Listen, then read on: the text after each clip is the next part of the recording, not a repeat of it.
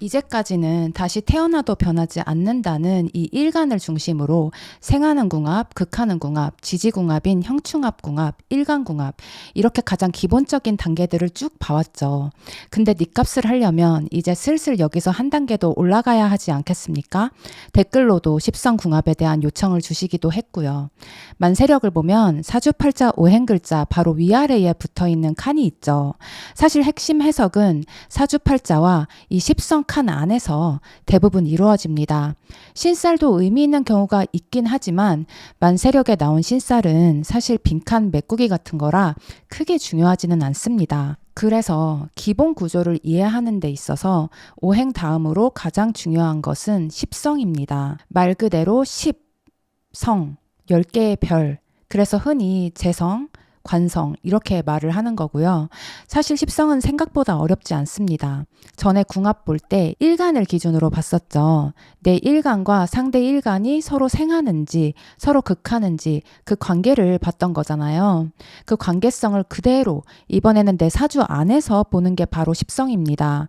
즉 내 일간을 기준으로 사주 안에 있는 다른 글자들이 내 일간을 생하는지 극하는지 그 관계를 정리해 놓은 게 십성이에요. 그리고 이렇게 사주 안에서 의미 있게 작용하는 십성을 먼저 파악한 후에 상대방 사주의 십성과 비교해서 십성끼리 서로 어떤 식으로 반응하는지에 대해서 오늘 얘기를 해볼 겁니다. 근데 이 얘기가 워낙 방대하다 보니 전부를 얘기하기는 좀 어려웠고요. 이해가 쉽게 되도록 요새 핫했던 솔로지옥5에 나온 출연자들의 사주를 보면서 말씀드려 보겠습니다. 더불어서 이전에 다뤘던 궁합 이론도 총망라해 보았고요. 인성이 많은 남자 이야기, 관성이 없는 여자 이야기, 간목일간인데 사주에 편관 경금이 많을 때 어떠한지, 을목일간 여자가 사주에 병화가 있을 때 어떠한지 이런 얘기까지 자연스럽게 같이 해보았습니다. 자, 십성을 일단 눈에 넣어주시고요. 만세력을 봤을 때 내 사주에는 어떤 십성이 많은지도 파악해 주세요. 임수빈님은 인성이 많습니다. 인성은 사랑받는 성분, 특히 어머니의 사랑과 같은 기운이에요. 남자의 경우에는 여성들의 모성애적 사랑을 많이 받습니다. 장점은 뭘까요? 모성애로 이미 채워져 있기 때문에 결핍을 채우려는 집착 없이 상대방을 비교적 객관적으로 선택합니다. 그래서 인성 강한 남자들이 미모도 있고 능력도 있는 팔방미인을 고르는 경우가 많아요. 여자의 경우도 비슷합니다. 단점도 있습니다. 연락 문제. 내가 얘를 선택했다는 그 마음이 본질이기 때문에 그거면 된 거지. 그 밖에 요구되는 연락을 비롯한 여러 가지 잡다한 연인 간에 꼭 해야 한다고 하는 것들에 대해서 크게 관심이 없어요. 스스로도 상대방이 연락이 없더라도 마음은 그대로겠지. 이런 기본 전제가 깔려 있어요. 인성이 많은 남자는 여자 보는 눈이 높아 보이고 모든 여자에게 비슷하게 행동하고 표현이 적기 때문에 불안감을 주는 경우가 있지만 의외로 일편단심입니다.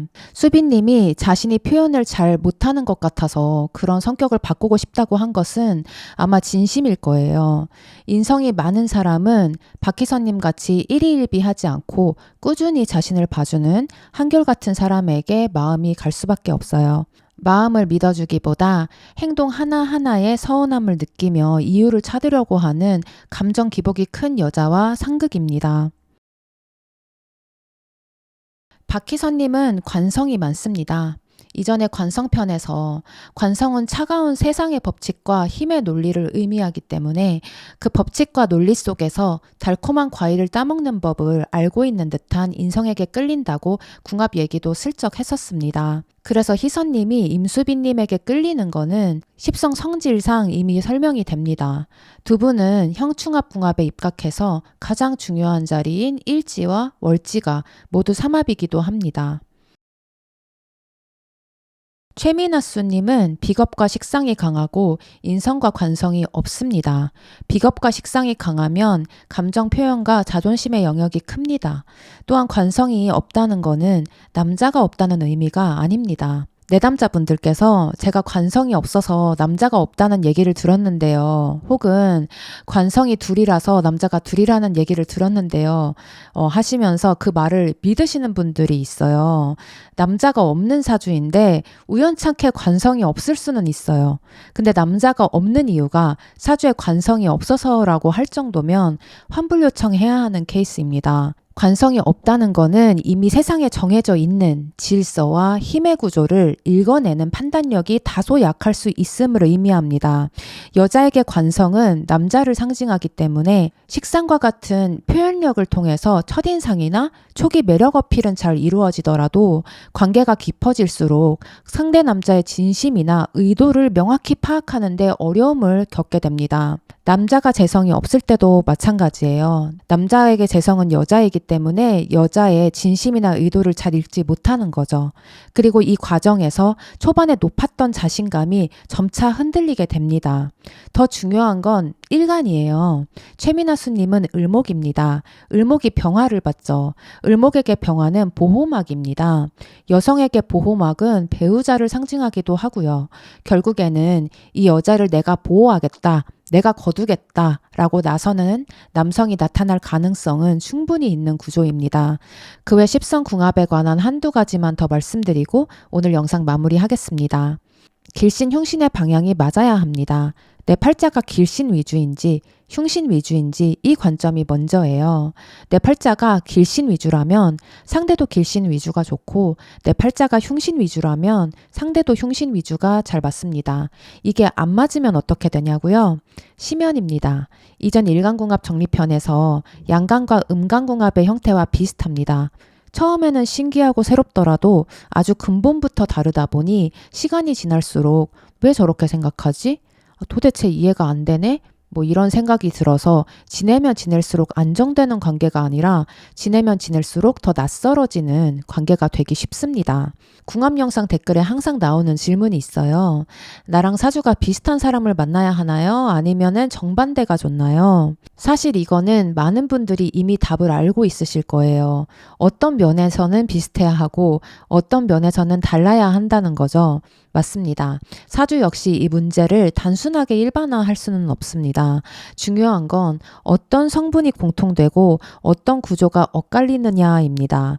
오늘의 주제인 십성을 기준으로 보겠습니다. 편의는 한마디로 관념의 영역입니다. 생각의 틀, 해석의 방식, 세상을 이해하는 프레임입니다.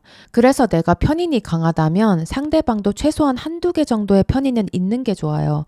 편관은 관념이면서 동시에 힘입니다. 편관도 세상을 바라보는 관념과 관련이 있습니다. 다만 편인은 생각의 구조라면 편관은 힘의 구조에 더 가깝습니다. 그래서 편관은 단순한 관념이 아니라 때로는 부셔야 할 관념이 되기도 합니다. 특이하게도 편관은 두 가지 상황을 다 생각해 볼 수 있습니다. 첫 번째로 둘 다 편관이 강한 경우입니다. 세상을 바라보는 방향과 시각이 비슷하다는 점은 장점이 될 수 있습니다. 하지만 또한 관계가 쉽게 힘의 논리로 흘러갈 수도 있습니다. 한쪽의 기세에 한쪽은 완전히 끌려가는 것이죠. 두 번째는 한쪽은 편관이 강한데 다른 한쪽은 없는 경우입니다. 한쪽은 원칙과 책임을 중심에 두고 움직이는 반면에 다른 한쪽은 자유와 상황에 따른 선택을 더 중시합니다. 이 차이가 쌓이면서 불협화음으로 이어질 가능성이 높아집니다. 다만 이 경우에도 한 가지 변수가 있습니다. 힘의 기세가 관성이 없는 쪽에 확실히 실려 있다면 관성이 있는 쪽이 자연스럽게 따르는 구조가 됩니다. 이렇게 되면 불필요한 자존심 싸움이 줄어들겠죠. 반면에 비겁, 식상, 재성은 조금 결이 다릅니다. 이 세 성분은 비교적 유연하게 작용하는 십성이에요. 그래서 십성궁합은 일반적으로 편관과 편인의 유무를 기준으로 돌아간다고 봐도 과언이 아닙니다. 관인이 강한 희성과 수빈이 짝이 되고 편재가 편인을 충으로 완전히 휘어잡는 민지와 승일이 짝이 된 것처럼요. 민지와 수빈이 침대를 함께 쓴 문제에 대해서도 이 두 커플은 받아들이는 관점이 확연히 다릅니다. 본 영상에 십성의 원리를 설명하고자 하면 너무 하품 나오고 영상 이탈이 심할 것 같아서 영상이 끝나고 나서 뒷부분에 십성의 원리에 대해서 설명을 해놓았으니까요. 궁금하신 분들은 참고해 주시면 좋을 듯 합니다. 오늘은 솔로지옥을 통해서 이전에 다뤘던 궁합편을 한번 복습해보고 여기에 십성궁합 이야기까지 조금 더해보았습니다. 솔로지옥을 보면서 느낀 게 있어요. 출연자들 대부분이 지금 운이 정말 좋더라고요. 계속 출연을 고사해온 사람 중에서 나오게 된 경우도 있고요. 좋은 운이 들어오면 웬만하면 기회를 그냥 흘려보내지 않습니다. 올해 병원년부터 내년 정민년은 화기운이 희신인 분들에게는 아주 중요한 해라고 이전 신년운세 영상에서 말씀드렸습니다. 지금은 밀어야 할 때인데요. 더 큰 관점에서 어디로 밀어야 할지 안다면 훨씬 수월해지겠죠. 같은 운이라도 한 80%만 쓰는 사람이 있고 120%까지 끌어올리는 사람이 있습니다. 그 차이는 결국 방향성과 결단에서 나옵니다. 내가 뭘 해야 하지? 라는 질문이 계속 마음에 남는 분들이 있으실 거예요. 그 생각이 반복된다면 그냥 흘려보내지 마시고 한 번쯤 흐름을 점검해 보셔도 좋습니다. 저는 늘 그 역할을 위해서 준비하고 있습니다. 다음에도 더 잘 준비해서 재미있고 유익한 영상으로 찾아오겠습니다. 오늘도 함께 해주셔서 감사합니다. 사랑합니다. 첫 번째 오행인 목기운을 기준으로 한번 보겠습니다. 목기운은 나무가 불을 지피듯이 화기운을 생합니다. 이렇게 일간이 무엇을 생할 때 그 생을 받는 존재를 식상이라고 합니다. 생한다는 거는 내 에너지를 써서 밖으로 내보내는 것이죠. 그래서 식상은 말, 글, 표현력, 결과적으로 밖으로 드러나는 나를 의미합니다. 내가 가진 에너지가 세상 밖으로 나가는 통로예요. 이번에는 화기운을 기준으로 보면 불은 얼어있는 토양을 따뜻하게 데워서 토기운을 생합니다. 그런데 목기운 기준에서 보면 목생화, 화생토, 생암 더하기 생암은 결국 목이 토를 극하는 구조가 돼요. 왜냐하면 나무는 토양에 뿌리를 내려서 그 양분을 빨아들이니까요. 이렇게 일간이 극하는 것을 재성이라고 합니다. 재성은 내가 에너지를 써서 만들어낸 결실이자 내가 우위에 서서 취할 수 있는 것. 그래서 돈, 성과, 결과물, 그리고 전통적으로는 남자에게는 여자도 여기에 포함됩니다. 내가 쥘 수 있는 것, 이게 재성의 핵심이에요. 토기운이 오래 축적되면 돌처럼 단단해지죠. 그래서 토는 금기운을 생합니다. 그럼 목기운 입장에서 금기운은 도끼가 나무를 치는 것처럼 나를 극하는 존재입니다. 이걸 관성이라고 합니다. 도끼는 나무를 찍지만 그 나무를 제목으로 다듬어 주기도 하죠.